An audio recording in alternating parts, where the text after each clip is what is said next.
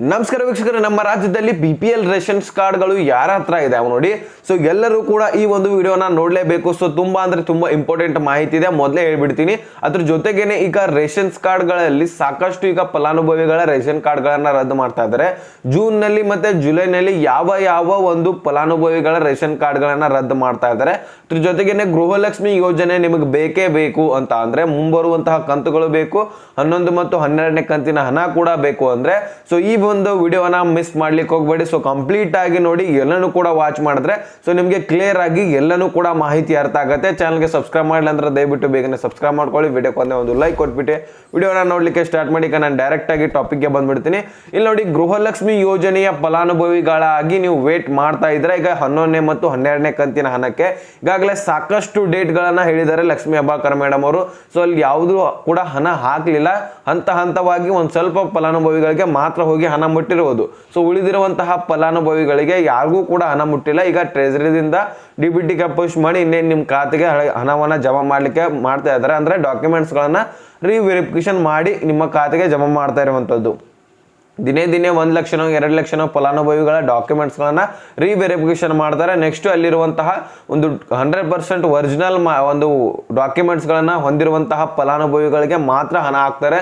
ಉಳಿದಿರುವಂತಹ ಫಲಾನುಭವಿಗಳೇನಿರ್ತಾರಲ್ಲ, tax payer, GST tax payer, so ಇಂತಹ ಒಂದು ಫಲಾನುಭವಿಗಳು ಎಲಿಜಿಬಲ್ ಇಲ್ದವರು, ಸೊ ಅವರೆಲ್ಲರನ್ನೂ ಕೂಡ ತೆಗೆದಾಕ್ತಾ ಇರುವಂತದ್ದು. ಈಗಾಗಲೇ 2 ರಿಂದ 3 ಲಕ್ಷ ಫಲಾನುಭವಿಗಳನ್ನ ಗೃಹಲಕ್ಷ್ಮಿ ಯೋಜನೆಯಿಂದ ತೆಗೆದಾಕಿದ್ದಾರೆ.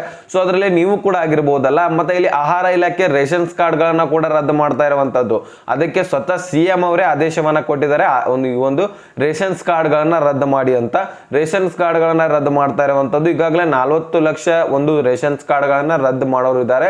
ಈಗಾಗಲೇ ಅದ್ರ ಪೈಕಿ 10 ಲಕ್ಷ ಮೇಲ್ಗಡೆ ರೇಷನ್ಸ್ ಕಾರ್ಡ್ ಗಳನ್ನ ರದ್ದು ಮಾಡಿರುವಂತದ್ದು. ಸೊ ಅದರಲ್ಲಿ ನಿಮ್ಮ ರೇಷನ್ ಕಾರ್ಡ್ ಕೂಡ ಆಗಿರ್ಬೋದಲ್ವಾ. ಸೊ ನೀವು ಚೆಕ್ ಮಾಡಿರಲ್ಲ, ನಿಮ್ದು ಕೂಡ ಆಗಿರುತ್ತೆ ರದ್ದು.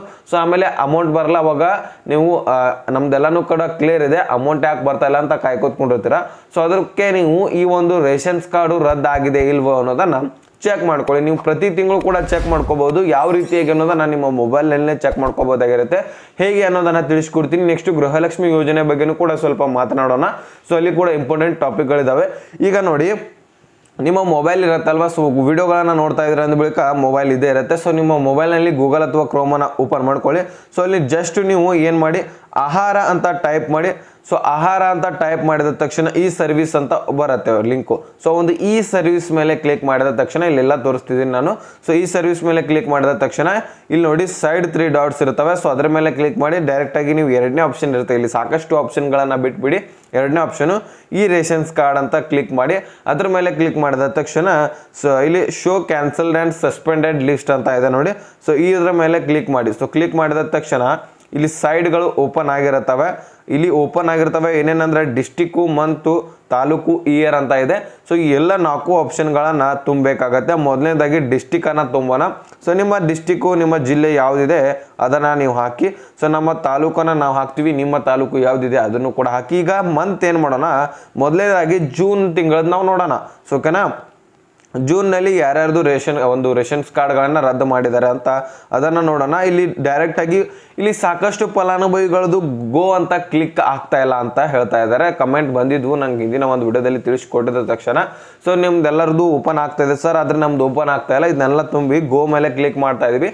ಸ್ವಲ್ಪ ಫ್ಲೈಟ್ ಮೋಡ್ ಇಟ್ಟು ತೆಗೀರಿ, ಅಥವಾ ಸರ್ವರ್ ಒಂದು ನೆಟ್ವರ್ಕ್ ಬರುವಂತಹ ಜಾಗದಲ್ಲಿ ಹೋಗಿ ನಿಂತ್ಕೊಳ್ಳಿ. ಅಲ್ಲಿಂದ ಈ ಒಂದು ಲಿಂಕನ್ನು ಓಪನ್ ಮಾಡ್ಕೊಳ್ಳಿ. ನಾವೇನು CSC ಸೆಂಟ್ರ್, ನಾವು ಕರ್ನಾಟಕ ಒಂದು ಗ್ರಾಮೋನ್ದವ್ರು ನಾವೇನಲ್ಲ. ಸೊ ಜಸ್ಟ್ ನಾವು ನಾರ್ಮಲ್ ಕೆಲಸ ಮಾಡೋರು ಅಷ್ಟೇ. ಸೊ ಈ ಥರ ಮಾಹಿತಿಯನ್ನು ತಿಳಿಸೋರಾಗಿರ್ತೀವಿ. ಸೊ ನಮ್ಮ ಹತ್ರ ಯಾವುದೇ ನೆಟ್ವರ್ಕು, ವೈಫೈ ಏನೂ ಇಲ್ಲ. ಸೊ ಮೊಬೈಲ್ನಲ್ಲೇ ನಾವು ಕೂಡ ಚೆಕ್ ಮಾಡ್ತಾ ಇದ್ದೀವಿ ಅಂದ ಬಳಿಕ ನಿಮ್ಮದು ಕೂಡ ಓಪನ್ ಆಗುತ್ತೆ 100%. ಸ್ವಲ್ಪ ಫ್ಲೈಟ್ ಮೋಡ್ ಇಟ್ಟು ಅಥವಾ ನೆಟ್ವರ್ಕ್ ಇದ್ದ ಜಾಗದಲ್ಲಿ ಹೋಗಿ ಚೆಕ್ ಮಾಡ್ಕೊಂಬಿಡಿ. ಓಕೆ, ಸೊ ಗೋ ಮೇಲೆ ಕ್ಲಿಕ್ ಮಾಡಿ. ಗೋ ಮೇಲೆ ಕ್ಲಿಕ್ ಮಾಡಿದ ತಕ್ಷಣ ಇಲ್ಲಿ ಕೆಳಗಡೆ ಓಪನ್ ಆಗುತ್ತೆ ಲಿಸ್ಟ್ಗಳು. ಸ್ವಲ್ಪ ವೇಟ್ ಮಾಡಿ. ಇಲ್ಲಿ ನೋಡಿ ಕೆಳಗಡೆ ಓಪನ್ ಆಯ್ತಲ್ವಾ ಲಿಸ್ಟು. ಸೊ ಈ ರೀತಿ ನಿಮ್ಮದು ಯಾವ್ಯಾವ ಜೂನ್ನಲ್ಲಿ ರೇಷನ್ಸ್ ಕಾರ್ಡ್ಗಳನ್ನ ರದ್ದು ಮಾಡಿದ್ದಾರೆ ನೋಡಿ. ಸೊ ಅವರೆಲ್ಲರದ್ದು ನಿಮ್ಮ ತಾಲೂಕಿನಲ್ಲಿರುವಂತಹ ಒಂದು ಜನರ ಲಿಸ್ಟು ಬಂದ್ಬಿಡತ್ತೆ. ಓಕೆನಾ, ಅವ್ರದ್ದು ಯಾವುದೋ ಏರಿಯಾದಲ್ಲಿ ರೇಷನ್ ಇರಲಿ, ಸೊ ಅವ್ರು ಎಲ್ಲರನ್ನು ಹೊರತುಪಡಿಸಿ ಎಲ್ಲರನ್ನೂ ಸೇರಿಸಿ ಇಲ್ಲಿ ರೇಷನ್ಸ್ ಕಾರ್ಡ್ಗಳನ್ನ ರದ್ದು ಮಾಡ್ತಾರಲ್ಲ, ಎಲ್ಲರದ್ದು ಕೂಡ ಬರುತ್ತೆ. ಜೂನ್ನಲ್ಲಿ ನೋಡಿ ಇಲ್ಲಿ ನಮ್ಮ ತಾಲೂಕಿನಲ್ಲಿ ಇಷ್ಟು ಜನರ ಲಿಸ್ಟನ್ನು ಕೊಟ್ಟಿದ್ದಾರೆ. 5 ಜನರನ್ನ ರದ್ದು ಮಾಡಲಾಗಿದೆ ನಮ್ಮ ಜೂನ್ನಲ್ಲಿ ನಮ್ಮ ಹತ್ತನೇ ತಾಲೂಕಿನಲ್ಲಿ. ಓಕೆನಾ. ಸೊ ಇಷ್ಟು ನೋಡಿ ಇಲ್ಲಿ ವೆರಿಫೈ ಆ್ಯಂಡ್ ಕ್ಯಾನ್ಸಲ್ ಎಲ್ಲರದು ಕೂಡ ಅಂಡರ್ ಸಸ್ಪೆನ್ಸ್ ಅಂತ ಇದೆ. ಸೊ ಇಲ್ಲಿ ವೆರಿಫೈ ಮಾಡಿ ಕ್ಯಾನ್ಸಲ್ಡ್ ಮಾಡಲಾಗಿರುತ್ತದೆ. ಅಂದರೆ ಡಾಕ್ಯುಮೆಂಟ್ಸ್ಗಳನ್ನ ರಿವೆರಿಫಿಕೇಶನ್ ಮಾಡಿದ ತಕ್ಷಣ 100% ಒರಿಜಿನಲ್ ಡಾಕ್ಯುಮೆಂಟ್ಸ್ ಇರಲ್ಲ, ಅಥವಾ ಗೋರ್ಮೆಂಟ್ ಜಾಬ್ ಹೊಂದಿರ್ತಾರೆ, ಅಥವಾ ಇದನ್ನು ಏನಿದು ಆದಾಯ ತೆರಿಗೆನ ಟ್ಯಾಕ್ಸ್ ಪೇಯರನ್ನ ಮಾಡ್ತಿರ್ತಾರೆ. ಸಾಕಷ್ಟು ಈ ಒಂದು ಎಲಿಜಿಬಲ್ ಇರಲ್ಲ ಆ ಒಂದು ರೇಷನ್ಸ್ ಕಾರ್ಡ್ಗಳಿಗೆ, BPL ರೇಷನ್ಸ್ ಕಾರ್ಡ್ಗಳಿಗೆ 1,20,000ಕ್ಕಿಂತ ಹೆಚ್ಚಿನ ಆದಾಯವನ್ನು ಪಡಿತಿರ್ತಾರೆ. ಸೊ ಆದ್ರೂ ಸಹಿತ ಇಂತಹ ಒಂದು ಡಾಕ್ಯುಮೆಂಟ್ಸ್ಗಳನ್ನು ರೆಡಿ ಮಾಡ್ತಾರೆ. ಸೊ ಅಂಥವರಿಗೆ ಈ ರೀತಿನೇ ಆಗೋದು, ವೆರಿಫಿಕೇಶನ್ ಮಾಡಿ ಕ್ಯಾನ್ಸಲ್ ಮಾಡೋದೇ ಇರುತ್ತೆ. ಯಾಕಂದರೆ ಇಲ್ಲಿ ಎಷ್ಟು ಅಗತ್ಯ ಇದೆಯೋ ನಮ್ಮ ಕರ್ನಾಟಕದಲ್ಲಿ ಅದಕ್ಕಿಂತ ಮೀರಿ ಹೆಚ್ಚಿನ ಒಂದು ರೀತಿಯಲ್ಲಿ ಈ ಒಂದು ರೇಷನ್ಸ್ ಕಾರ್ಡ್ಗಳು ನಮ್ಮ ಕರ್ನಾಟಕ ರಾಜ್ಯದಲ್ಲಿ ಇದ್ದಾವೆ. ಓಂ ಶ್ರೀ ಹೊರನಾಡು ಅನ್ನಪೂರ್ಣೇಶ್ವರಿ ಜ್ಯೋತಿಷಾಲಯ.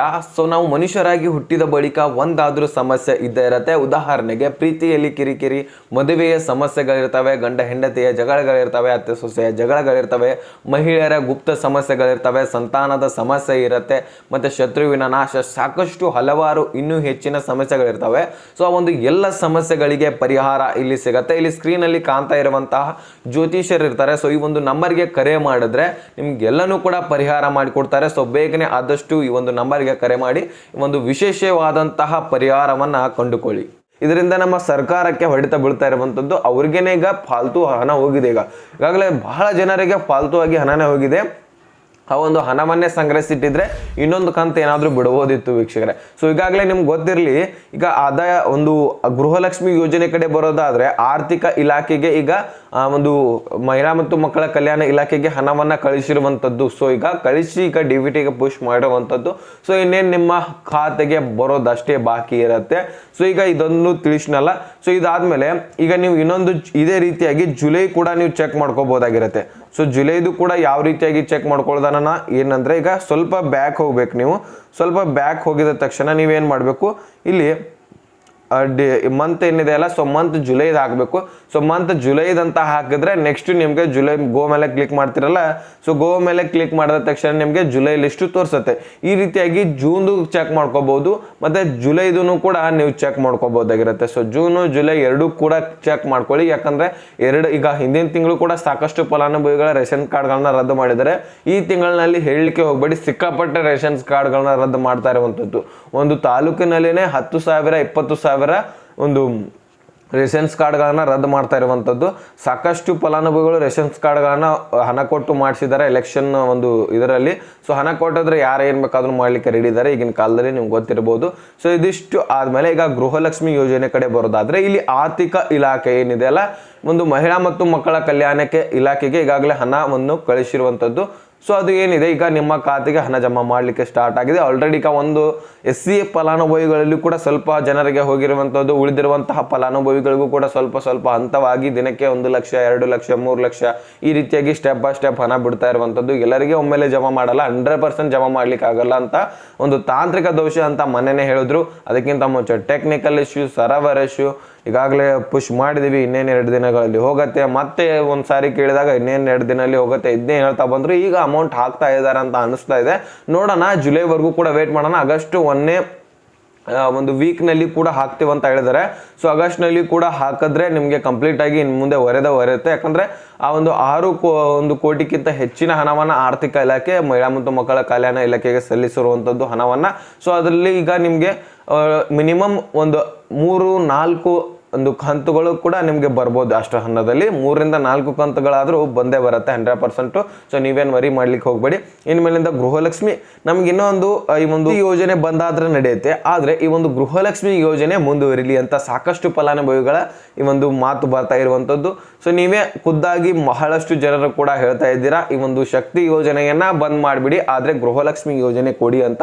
ಯಾಕಂದ್ರೆ ಗೃಹಲಕ್ಷ್ಮಿ ಯೋಜನೆಯಿಂದ ಸಾಕಷ್ಟು ಜನರಿಗೆ, ಮಹಿಳೆಯರಿಗೆ ಧೈರ್ಯ ಇತ್ತು, ಒಂದು ಹಣ ಬರುತ್ತೆ, ಇಲ್ಲಿ ಏನಾದ್ರೂ ನಾವು ತಗೊಳ್ಳಿಕ್ಕಾಗತ್ತೆ, ಇಲ್ಲಿ ಈಗಾಗಲೇ ನಾವು ತಗೊಂಡು ಇಟ್ಕೊಂಡಿವಿ, ಅದಕ್ಕೆ ಹಣವನ್ನ ಬಂದ್ರೆ ಕಟ್ಟೋಣ, ಈ ರೀತಿಯಾಗಿ ಬಹಳಷ್ಟು ಜನರು ಆಶಿಸಿಕೊಂಡು ಇಟ್ಕೊಂಡಿದ್ದಾರೆ. ಇನ್ನೊಂದು, ಮಹಿಳೆಯರು ಯಾವುದೇ ರೀತಿ ಗೃಹಲಕ್ಷ್ಮಿ ಯೋಜನೆ ಆಗಿರಲಿ, ಅನ್ನಭಾಗ್ಯ ಯೋಜನೆ ಆಗಿರಲಿ, ಇದ್ರ ಮೇಲೆ ವಿಶ್ವಾಸ ಇಟ್ಕೊಂಡು ಸೊ ಯಾವುದೇ ನೀವು ತಪ್ಪು ಕೆಲಸಗಳನ್ನ ಮಾಡ್ಲಿಕ್ಕೆ ಹೋಗ್ಬೇಡಿ. ಈ ಒಂದು ರೇಷನ್ ಏನಂದರೆ ವಸ್ತುಗಳನ್ನು ತಗೊಳ್ಳೋದಾಗಿರಲಿ, EMI ಮುಖಾಂತರ ವಸ್ತುಗಳನ್ನು, ಬ್ಯಾಂಕ್ಗಳಿಂದ ಸಾಲಗಳನ್ನು, ಸಂಘಗಳಿಂದ ಸಾಲಗಳನ್ನು, ಅದರಲ್ಲಿ ಮನೆಯಲ್ಲಿ ಮುಖ್ಯವಾಗಿ ಹೇಳಿ ತಗೊಳ್ಳಿದ್ರೆ ಸೊ ಮನೆಯಲ್ಲಿ ಯಾರಿಗೂ ಹೇಳಲ್ದೆ ನೀವು ವೈಯಕ್ತಿಕವಾಗಿ ಸಾಲವನ್ನು ಪಡೆದ್ರೆ ಸೊ ನಿಮಗೆ ಮುಂದೆ ಪ್ರಾಬ್ಲಮ್ ಆಗುತ್ತೆ. ಒಂದು ಗೃಹಲಕ್ಷ್ಮಿ ಯೋಜನೆ ಏನಾದರೂ ನಿಂತೋದ್ರೆ ಸೊ ನಿಂತೋಗಲ್ಲ, 100% ಮುಂದುವರಿಸ್ತೇವೆ ಅಂತ ಸ್ವತಃ DK ಶಿವಕುಮಾರ್ ಮತ್ತು ಲಕ್ಷ್ಮೀ ಹೆಬ್ಬಾಳ್ಕರ್ ಮೇಡಮ್ ಅವರು ಹೇಳಿರುವಂಥದ್ದು. ಸೊ ನೋಡೋಣ ಈಗಾದರೂ ಕಂತು ಬಂದೇ ಬರತ್ತಾ ಅಂತ ವೇಟ್ ಮಾಡ್ತಾ ಇದ್ರೆ, ಸೊ ನಾವು ಕೂಡ ವೇಟ್ ಮಾಡ್ತಾ ಇದ್ವಿ. ನೋಡೋಣ, ಆದಷ್ಟು ನಿಮಗೆ ಬಂದರೆ ಎಲ್ಲರಿಗೂ ಕೂಡ ಒಳ್ಳೇದಾಗತ್ತೆ 100%. ಈಗ ವೇಟ್ ಮಾಡಿ ನೋಡೋಣ. ಇದೊಂದು ಜುಲೈ ಆಗಸ್ಟ್ 1ನೇ ವೀಕಲ್ಲಿ ಬಂದೇ ಬರುತ್ತೆ ಅಂತ ಹೇಳ್ತಾರೆ. ಇನ್ನೇನು ಜುಲೈ ಮುಗಿತಾ ಬಂತು. ಸೊ ಆಗಸ್ಟ್ 1ನೇ ವೀಕ್ನಲ್ಲಿ ಈಗಾಗಲೇ ಹಾಕ್ತಾ ಇರುವಂಥದ್ದು ಅತಿ ಸ್ಪೀಡಾಗಿ ಆಗಸ್ಟ್ 1ನೇ ವೀಕ್ನಲ್ಲಿ ಹಾಕ್ತಾವ ಅಂತ ಹೇಳಿದರು. ಸೊ ಹಾಕ್ತಿದ್ರೆ ನಿಮಗೆ ಒಳ್ಳೆಯದು, ನಮಗೂ ಒಳ್ಳೆಯದು, ಓಕೆನಾ. ಸೊ ಇದಿಷ್ಟು ಗೃಹಲಕ್ಷ್ಮಿ ಯೋಜನೆಯ ಬಗ್ಗೆ, ರೇಷನ್ಸ್ ಕಾರ್ಡ್ ರದ್ದಾಗ್ತಾ ಇರುವಂತಹ ಬಗ್ಗೆ ಮಾಹಿತಿ ಬಂದಿತ್ತು, ತಿಳಿಸ್ಕೊಡೋಣ ಅಂತ ವಿಡಿಯೋ ಮಾಡಿದ್ದೆ. ವಿಡಿಯೋ ಇಂಪಾರ್ಟೆಂಟ್ ಇಷ್ಟ ಆಗಿದ್ರೆ ಲೈಕ್ ಮಾಡಿ, ನಿಮ್ಮ ಸ್ನೇಹಿತರಿಗೆ ಶೇರ್ ಮಾಡಿ, ಸಬ್ಸ್ಕ್ರೈಬ್ ಮಾಡಿ ಅಂತ ಹೇಳ್ತಾ ಮತ್ತೆ ಮುಂದಿನ ಮಾಹಿತಿ ಸಿಗೋಣ. ಸೊ ಅಲ್ಲಿ ತನಕ ಬಾಯ್, ಟೇಕ್ ಕೇರ್ ಫ್ರೆಂಡ್ಸ್.